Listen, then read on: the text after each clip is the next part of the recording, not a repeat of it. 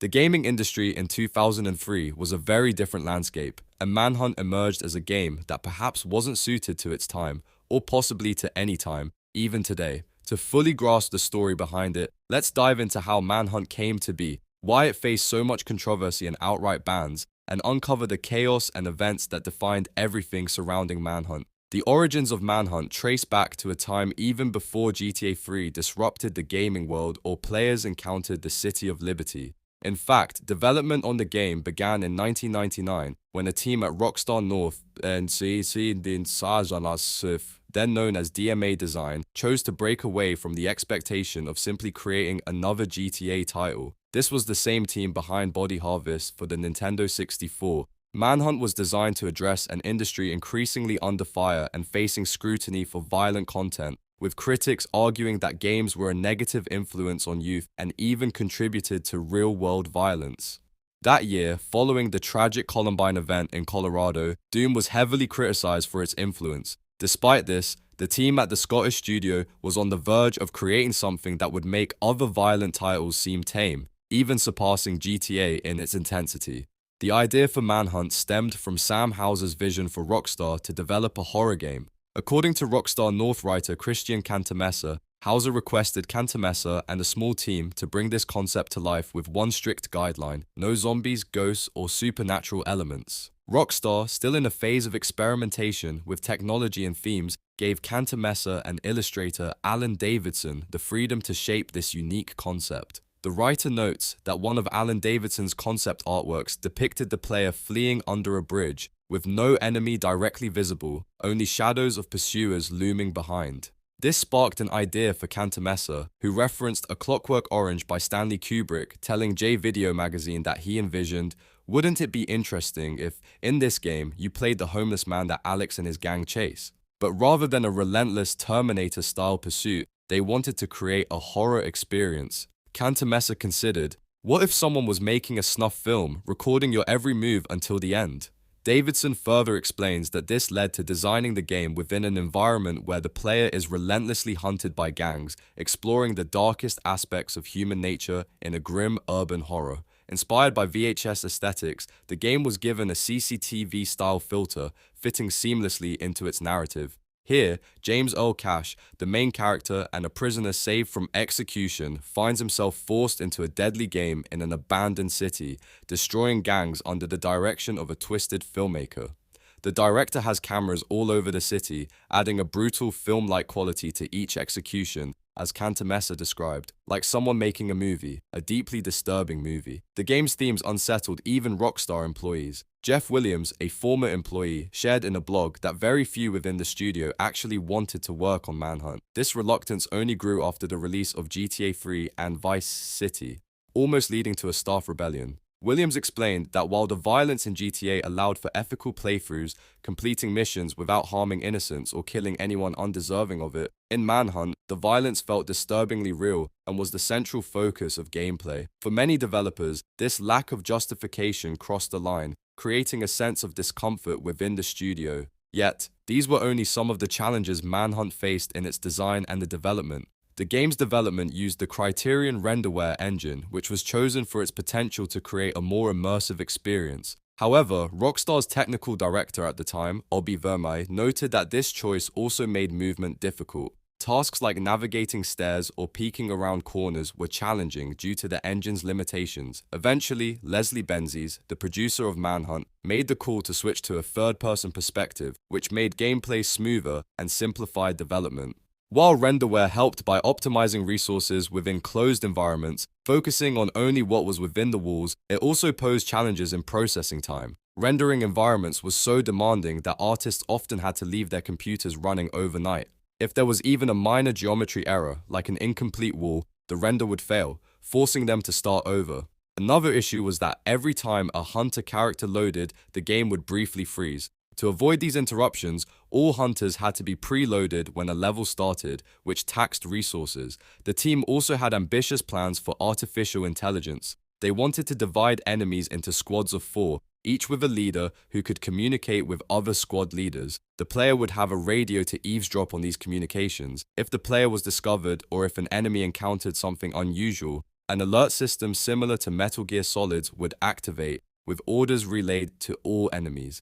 This would add a hierarchy to the enemy groups, making the world feel more responsive. However, after 2 years of development, the lead AI programmer left Rockstar, causing this sophisticated system to be scrapped. The final game included a simplified version of this AI, with mostly preset behaviors instead of complex, dynamic interactions. The industry was highly curious about Rockstar's rumored horror project. Although Manhunt was somewhat confirmed, nothing substantial was shown until private media previews began. From then, the game's controversies took off. Some praised it as bold and innovative, while others echoed sentiments from within the studio, labeling its violence as unjustified and purely provocative. In the final 2 months of development, 6 GTA team members joined the Manhunt project to assist with bug fixes, optimization, and the application of special effects previously developed for GTA.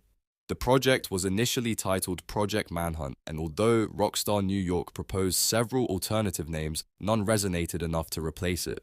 Ultimately, the game launched as Manhunt, despite some team members joking that the name sounded like a dating site. Officially announced on E3 2003, Manhunt came after 3 years of development, with its initial October release date later shifted to November 2003. Yet while Rockstar faced significant hurdles during development, the challenges only intensified after launch. Released on PlayStation 2 in November 2003, Manhunt received a mixed reception. While praised for its stealth mechanics and visuals that showcased Rockstar's mastery of the renderware engine, the story felt lackluster, and the game's primary focus was clear. It was unapologetically violent. Many critics even labeled it the most violent game to date. Violence was its focal point. Its horror lay in brutal executions and a relentless atmosphere of dread. Naturally, this provoked backlash, drawing criticism from the press and politicians alike, some calling it a murder simulator. Its controversial nature led to bans in multiple countries. In New Zealand, its sale was completely outlawed, and even possession became a criminal offense. In Australia, the game was initially approved for players over 15 but was banned by September 2004, forcing a recall of all retail copies. In Germany, authorities confiscated the game, deeming its portrayal of killing as humorous. Yet, no controversy surrounding Manhunt was as severe as its alleged link to a real-life murder. In February 2004, a tragic incident in Leicestershire, England, saw 14-year-old Stefan Pakira killed by 17-year-old Warren LeBlanc. The investigation revealed that the victim's mother had overheard the group of friends discussing their obsession with Manhunt, which added fuel to the already fierce debate over the game's impact on young minds. This incident sparked a campaign against Rockstar's Manhunt, with prominent news outlets framing the game as a catalyst for the tragedy. Enter Rockstar's longtime critic Jack Thompson, who had sued the company multiple times over the nature of their games. He claimed to have previously warned Rockstar about the potential for their games to inspire imitation of violent events. Several retailers in the United Kingdom removed Manhunt from their shelves, while Rockstar issued a statement expressing sympathy for the tragedy but maintained that the game wasn't at fault. This stance was somewhat validated when investigators discovered a copy of the game, though it belonged to the victim, not the perpetrator. Authorities ultimately closed the case, ruling it a robbery gone wrong, yet the media continued to cast Manhunt as a driving force behind the incident. Despite the controversy, Manhunt was released for Windows and Xbox in April 2004, ultimately selling an estimated 1.2 to 1.5 million units across all platforms. The internal sentiment at Rockstar about Manhunt was complex, and while sales didn't match their other hits, work on Manhunt 2 began soon after the original's release in early 2004. With Rockstar North fully focused on GTA, San Andreas, the development of Manhunt 2 was handed over to Rockstar Vienna. This time, the game was set to launch not only on PlayStation 2 and PSP, but also on the Nintendo Wii, the top-selling console of the time. The idea of releasing such a dark, violent title on a family-friendly platform raised eyebrows, given Nintendo's established brand and Manhunt's intense content. However, Rockstar was confident it could find an audience on this platform, and they also developed a PC version, though the Xbox was omitted. Geronimo Barrera took on the role of producer for this sequel. When asked why Rockstar would pursue a follow-up to such a controversial title, he explained that a major motivation was the dedication of Manhunt's fanbase. Although Manhunt sold fewer copies than Rockstar's other games, it developed a highly dedicated following. Manhunt 2, while carrying the title of a sequel, was actually an entirely new story unrelated to the original. Barrera explained that this choice allowed them to place players in a scenario that introduced complex psychological elements, making decision-making more challenging and ambiguous. The aim was to get players to think carefully, so when they were forced to decide to kill, the choice would weigh heavily on their minds. The storyline was the first component of Manhunt 2 to be completed, serving as the foundation for defining the mechanics, environments, and even the characters. The developers wanted the narrative to tackle more themes than the original, while maintaining the established gritty style. They were intent on recreating the first game's intense atmosphere, but with a stronger cinematic feel and a deeper emphasis on psychological horror. This approach led to a plot, scenes, and visuals even more violent than the original, though according to Barrera, the team working on it did not consider it excessively brutal. To heighten interactivity, they implemented unique mechanics, such as using the PlayStation 2's microphone, where players could create noise to attract or distract enemies. On the Wii, the game utilized the Wii Remote speaker to provide a more immersive experience. They expanded gameplay further by introducing new weapons and varied execution options.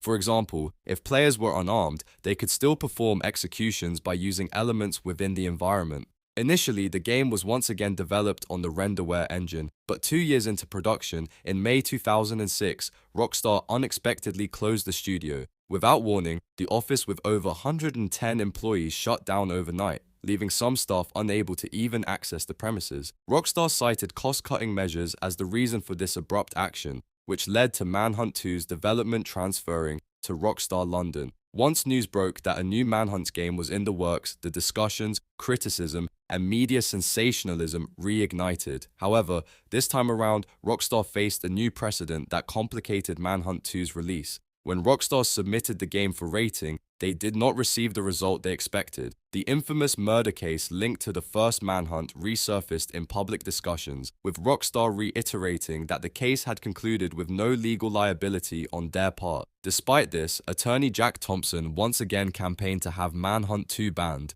Rockstar countered by asserting that a game intended for private sale should not be treated as a matter affecting public safety. Although both Thompson and Rockstar could have gone to court, Thompson ultimately conceded, leading both parties to a settlement. Thompson agreed not to sue or request further bans on Rockstar games, while Rockstar agreed to drop a lawsuit it had filed against Thompson over an earlier case involving their game Bully. Yet, Thompson's actions were only one of Rockstar's challenges. Several US Congress members harshly criticized Rockstar for continuing with the Manhunt franchise, further straining public perception.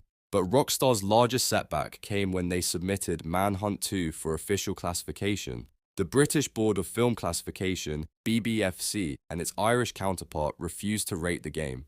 The BBFC stated that while they typically work with creators to help classify their content, they could not make such accommodations in Manhunt 2's case, deeming it a work of sadism.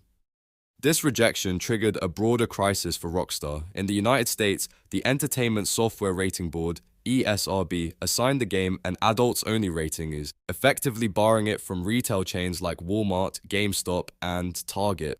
Then, on June 20th, Xbox, Nintendo, and Sony released statements indicating that they would not permit adults-only games on their platforms, eliminating nearly all distribution options for Manhunt 2. To salvage the project, Rockstar decided to halt development temporarily to modify and censor the game, addressing the regulatory body's objections in hopes of gaining a rating that would allow broader distribution. Despite Rockstar's efforts to censor Manhunt 2, an uncensored version eventually surfaced. This occurred when a build intended for quality testing on the PlayStation 2 leaked. It was later confirmed that this leak originated from an employee at Sony Computer Entertainment in Europe. This uncensored version included much of the original violent content that had initially led to the game receiving an adults-only classification. After modifying the game's violent content, Rockstar resubmitted Manhunt 2 for rating. This time, the game achieved an M rating, along with equivalent ratings in other markets, enabling its sale. However, to secure this rating in the UK, Rockstar had to appeal the case to a higher court. The UK's censors had initially upheld a ban, which the Arbitrary Commission later overruled, interpreting the BBFC's refusal as an infringement on free speech rights. While the BBFC could designate it as adults only, it could not outright deny a rating necessary for the game to be sold. Ultimately, Manhunt 2 launched in October 2007 on PlayStation 2, PSP, and Wii, with a PC version following in November 2009. The game, however, met with lower sales and weaker critical reception than its predecessor. It was banned in countries including Germany, New Zealand, South Korea,